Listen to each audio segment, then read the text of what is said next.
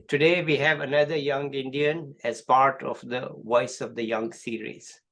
Hello everyone, good to be with you once again. We have Anand Yadav, right? Anand, I got your name right this time. He's an economist. He's just finished his master's in economics from the prestigious Delhi School of Economics. Let's hear from Anand. Over to Hi, you. hi everyone, and first of all, thanks to Subodh Mathur sir for this opportunity. So, as I already mentioned, I just finished my master's from Delhi School of Economics, and I'm currently, actually from last Friday only, working at Navi Tech, a startup in Bangalore, which is into lending business, and especially I'm into credit team. So I'm right now learning how loans are underwritten and how risks are assessed. So these are quite new things for me. Obviously, also a bit overwhelming because of there are so many jargons. Before that, I think my life has kept me moving from place to place. So that was not chosen by me, but then somehow my professional choices have also paralleled that only. So my father is in CISF, a paramilitary organization in India. So I've been raised up in states as far as Tamil Nadu and Assam. I am from Bihar, and then in UP, MP, Delhi, and all those places. So you are an Indian. Yeah, quite. It is also an unsettling feeling because when I meet people who have a kind of grounded feeling in where they are coming from, so I'm not able to feel that thing. So that is also quite unsettling. But then it's also fine because I'm able to gel up. I don't have any strong identity sense. Yeah. Then I did my schooling from Kendriya Vidyalaya, three or four of those. And unfortunately or fortunately, those Kendriya Vidyalayas were not the top ones. So there are some very good ones, but those were ones where teachers were often not there, good teachers. So in my 11 and 12th, I basically had to study physics, chemistry, maths almost on myself because there were no good teachers, and I was not in a position to actually opt for coaching nearby local coachings. So that was quite tough time, depressing also because for the first time I realized that there is so much competition out there, and being just good enough a student is not will not get you there in a big country like India. True, absolutely. The competition these days is tremendous, and being good is not good enough. Yeah. Right. Then I had that interest in sciences. It developed from class ninth actually. So first I was interested in biology, then it switched to physics, and then I opted for a physics honors degree from Banaras University. There, the good thing was that university was able to give me exposure to what a research university is like, because it has a very strong and old legacy. The On the negative side, I also realized what are the problems of Indian higher education. So, like why these big universities are also kind of failing their students in terms of giving them a good platform to raise from. And then, So could so you tell us the failures? so, for example, I see I see a kind of very strong class difference in terms of education institutions. So there are, you can say, tier one institutions, and then maybe a little tier two, and then there are all rest. So if you happen to be in a tier one university, or say for example, for a physics honors degree, say you are from a local state university and you are from BHU, then the kind of aspirations that you develop or kind of confidence in your ability to go ahead in life that you have is totally different. Your career choices, even though your ability is quite same, just because you couldn't get there, so your life story gets defined in a very different way. Mhm. This I saw very clearly when I came to Delhi after my graduation. So people here, because of especially people belonging to good colleges of Delhi University, so they have a kind of very uh, broad vision of what their career can look like. So they're not very limited. So in my undergraduate, I saw that most of the people were thinking in terms of only doing either going for master's PhD at reputed institutions. Some of them were obviously able to go to another option was to go for MBA, and the third and the majority people choose to actually apply for government exams. But even in that, only a few could actually think that they are capable enough of writing group A government exams like UPSC. Mhm. So that kind of confidence or kind of how you see yourself uh, in the professional career, that thing was there. But I think I was able to not let myself get affected from it very much, because I'm not very sure because I interacted very less with people. So I spent most of my undergraduate sleeping in my room and browsing on internet. Not something I would advise, but that's what I did. And that's this power of internet actually helped me a lot. Okay. So because I do not have actually anyone in my whole extended family also who have studied from any university. Kind of, I'm like the first person in my family to do a good graduation and a good post graduation. Wonderful. So Congratulations. Well done. so in that case, in my parents also, after a point, they cannot guide me or tell me No, what's. they cannot. Right. They cannot. And but the good thing is that they give me freedom to do whatever you think is best for you. Right. This freedom is also at times a very big burden, because you are also responsible for your failures and Yes. things that. No one to blame but yourself. Exactly. Yeah. So When you are self-employed, you are your own worst employee. So when I entered BHU, I had this mixed feeling, because I felt I could have gone to a better institute, but I was not able to, because I could not perform well in the competitive exams like JEE Advanced and that. Yes. Yes. I was also kind of happy that, okay, at least let's do it from here only.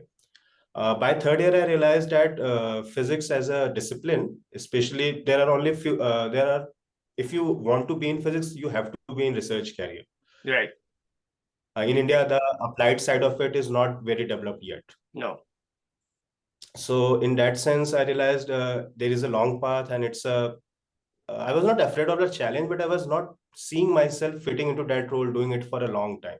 Mm-hmm. So I realized that there is a difference in being interested in intellectual academic things and being interested in a particular discipline, or like choosing to opt for that only. So I gave myself the freedom to like see for other things. And at that time, I was interested in social sector. I actually joined a program in my last year. I had actually a very poor last year academically, so I had to repeat that year. So that I used it by enrolling into a program, and then that from that program I realized that there is a big social sector in India, and there are quite talented people doing amazing things there. So next year I joined that organization. So the first role was in Gandhi Fellowship. There people actually go out in villages and work with government schools and government stakeholders, from district bureaucrats to local levels, to enhance the quality of school education. Through that organization, I came in contact with other people who had started a consultancy service in social sector. And there I basically was part of a project which was around imparting public policy and parliamentary education in an experiential setting. So the project was something like, it was for a client only, but it was like you set up a parliament like a structure in cities. There are different chapters for like 12 cities. And then you invite people, select some of them, college students mostly, 18 to 25 people, and actually teach them how laws are enacted, make them read the draft of law, not like just Googling information from some newspaper or some sources. So like going in depth in that. Okay. That was a challenge because I was from a science background, and Right. these all political science law things. Right. But some it was because it was interesting, so I was able to excel at it. And then Excel, right? You said Excel. I think I can give myself that credit. Not exactly, but yeah. Right. Because you said you didn't excel in the last year of BHU, but Yeah. here you excelled, right? Yeah. So sometimes you actually outperform your expectations. Most of the times, perhaps you don't. So, and after that, by this time, it was already 2019 when I left the job.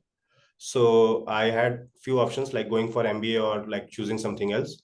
So I realized I was not interested much in MBA because that intellectual appeal was not there. Understood. Yeah. So I wanted something that has that intellectual appeal, but also pays well, because I think apart from this exploration and curiosity of looking out at things, even though they are not mainstream among the class of people I come from or my parents come from, I realized that social mobility and securing a good life for yourself is also actually important. Actually, when I meet young people, I tell them that, look, the time of sacrifice was in Mahatma Gandhi's time. He has done enough sacrifices. You people go out and make some money. So Because exactly. you have So to help your families, you have to help your community, you have to be a role model there. And today the role model is so that you make enough money to support. Right. yeah, Yeah. So that is good. the I'm practical glad need. you thought that. Yeah. So then the options were actually, because I decided not to do MBA, so the options drastically reduced. So next year it was 2020 and COVID came. I took out some time, but I was not able to prepare well for economics. So by this time, 2019-20, I realized that economics is something which is similar to physics in its approach, in the modern economics at least. And then it also has a very strong reception in the corporate world in Yeah. India. Yes, it does. So I realized that economics is something I would like to do. I applied to DSC and a few other places, but at that time I could not clear. I actually didn't even study, so the lockdown and everything, so I was not doing well emotionally as well. And but luckily I was able to get enrolled into get offer from two universities. It's in the Tata Institute of Social Sciences for Development Studies, the Mumbai campus, and the Azim Premji University for Public Policy. So these two are also very excellent courses. Oh, yes, they are. But the only problem I realized, I actually studied at this for 2 months, 3 months. But I realized that even though the course is very interesting, it's not mathematically rigorous Yes. because orientation is different. And Yes. second thing, maybe because of that, the industry also doesn't have that high paying jobs for these Yeah. courses. Yes. So because I had done work in social sector, so I had some sense of idea of career progression and kind of organizations that are working there. So I think I decided that for a few years getting exposure, that is a good career choice, but not in a long term sense. So then I dropped out of this. It was actually one of the boldest decision I took because I did not have any backing. So Yeah. you imagine a student, his Just parents, your own foolishness was your backing. and because of lockdown I was at my home, so Yeah. my father doesn't speak that thing directly, but he used to convey to mother, and she used to come and say, apply for government jobs, apply for bank PO, apply for teachers, Yeah. do something, why are you sitting just here, you also left it. So that was a tough time actually, very, but somehow I was managed to get admission to DSC next year. The admission happened very late because of the poor admission process, I would say. But even then, this 1.5 years at DSE have been quite revealing in a sense that it shows how certain things that, for example, there is a certain ego of science students, I have realized, or engineering students, that they can do anything. But when you come into social sciences and you are exposed to, so first in TIS and then in DSE, I realized even good institutions in social sciences can challenge you very well. Yes. Yeah, that ego was broken. And then so because that exploration curiosity was there, so I had not previously did not do any research internships. So here I used my time in that way very well and did 3 research internships. And luckily the two of them actually went very good, and I was able to kind of understand what this world looks like, what would happen if I choose to go into a PhD, what are the requirements and Do they everything. pay these internships? Yeah. So that actually helped me to pay my rent also. Yeah. So for 7, 8 months, I was able to like earn good enough money to pay my rent in expensive North So Campus how area. much do internships pay? The first one paid 15,000 a month, Wow. and it was remote work only, so you Yeah. don't have to go out. There are no expenses. And these work are not like full-time work or you have to spend 8, 10 hours. These are like you can manage over weekends or at night. Hmm. And the second one was So you were in the hostel at that time? no, I was living out. So in Delhi University, the hostels are very limited. So there are very few seats, and due to lockdown, the process was also got delaying over and over again. So I was living outside. The second internship was with a PhD candidate from Department of Economics, UC Berkeley. I really liked him because of his mentorship and kind of he was not expecting us to be just employees, and he was paying also very well. So that was a good part. So in that way, and then by the end of DSC, when the placement is started, so there was a dilemma whether to sit for placements or whether to apply for research associate roles. Generally, in India, the best of organizations pay like 8 to 10 lakhs or maybe a bit of upwards of that, but not much beyond 12 lakhs. And Per that is the year. best per year. Right. Per year. So Yeah. that is the best you can get. But that is like the minimum you can get in corporate, even from DSC. Yes. So that is the kind of difference that is there. Yeah. So then I realized, by that time I realized that I am not in a situation right now, intellectually, emotionally, where I can give my best if I choose to go for a research job. Yeah. So therefore I sat for placements and I was able to get into this company, Navitech. And obviously the pay is very good and team is excellent. So that is good there. So What I'm does your thinking, father say now? Or he still doesn't say anything? he says, private job is good and all, but apply for government, apply for RTI. Yeah, I understand. Yeah, this is the old school mentality. I understand where he's coming from, and he's not wrong from his perspective, but I think he realized very soon that I'm out of his control, out of his Yeah, bound now. yeah, So he stopped directly conveying anything. yeah. So So this where are you now? You shifted to where? Bangalore. Bangalore, you're there, right?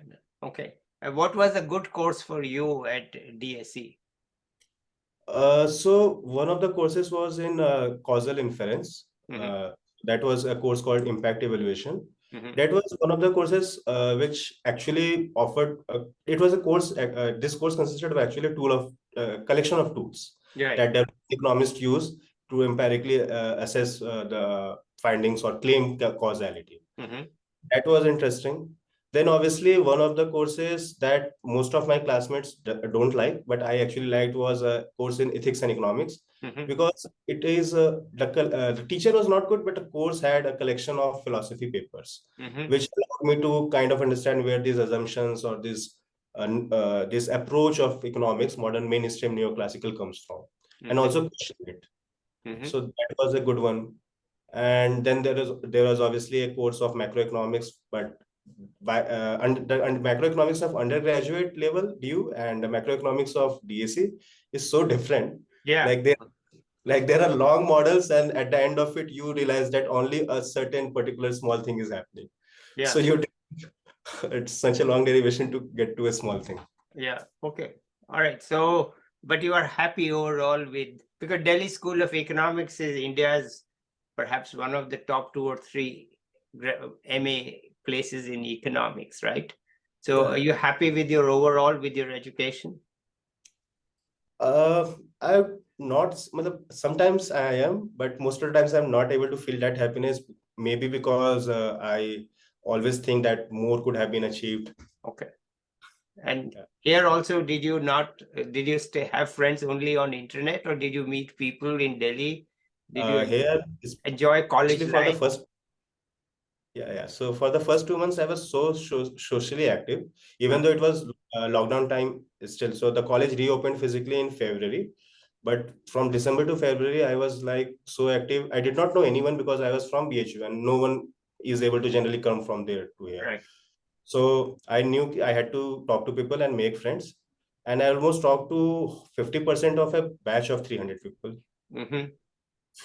And Good. then also organized meets, and I was at that time trying to get people together, have interactions. So all the things I did not do in my undergrad, I tried to do those things in. Okay, good.